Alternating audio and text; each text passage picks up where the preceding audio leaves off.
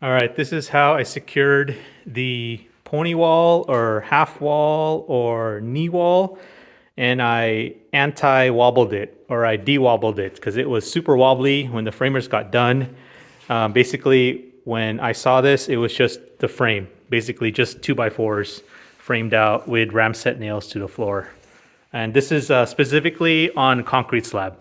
So I know it's much easier to do it on a floor with joist, with wood joist, as you can just kind of stick this through all the way through the floor and anchor it to the joists themselves. So you get that lateral stiffness. But in this case, the concrete slab proved to be a little bit challenging to make it stiffer. So here's kind of what I did. First of all, this is a 1-inch galvanized pipe. You want to try to choose something that won't rust. So this is the closest thing I could find. And this pipe itself is fairly heavy duty. You could probably put a 1.5 or 2-inch pipe, but then you run into the issue of these flanges becoming too big. So that's really up to you. You can if you want. Basically what I did here was I have 3/8 anchor bolts that go, there's 4 of them that drill into the concrete slab and sort of stiffen that up. So this itself, once you really, because this is a threaded fitting here, right there, it's a threaded fitting, and you just crank it down with a set of vice grips or channel lock pliers. And that maybe added, I don't know, 60% of the stiffness to this side of the wall, because initially I could just take very little force and this thing would just tweak left and right. And the reason why I didn't want this to have any wobble at all is because this is going to be the shower pan, and this will be fully tiled all the way around. And I'm going to have the valve for the shower controls on this side, and going to be on the pony wall. So if there's any kind of wobbliness or compromise to the structure, you're going to start cracking tile or compromising the waterproof membrane, and a lot of things that you just don't want to have when you have a supposedly waterproof shower. So that was one piece of it. I then added some bracketry. I wanted this to be flat on this side. I didn't want any kind of angle braces on this side, even though it would have made it probably even stronger.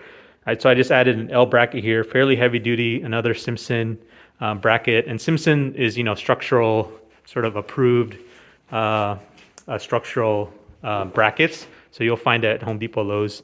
And this is actually a Simpson shelving bracket. I don't know why they call it a shelving bracket, but it's super heavy duty. It's like heavy gauge steel.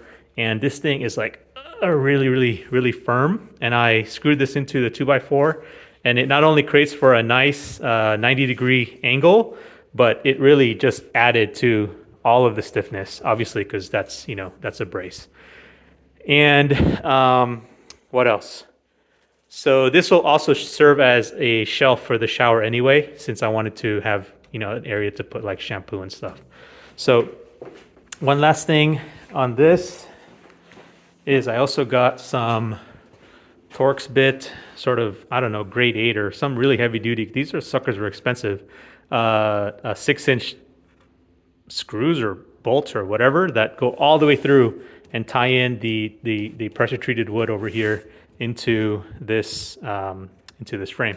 So it's basically it's so stiff that if I use a lot of force and start tweaking this, then it'll actually transmit all of that force into shear, and it'll actually like cause this 2x4 to go in and out like that, and cause that 2x4 to go in and out like that. So once I completely put OSB plywood on this side to really kind of build out this wall and make it shear proof, then it'll be super strong. Like I would be shocked if it even flexed at all at that point.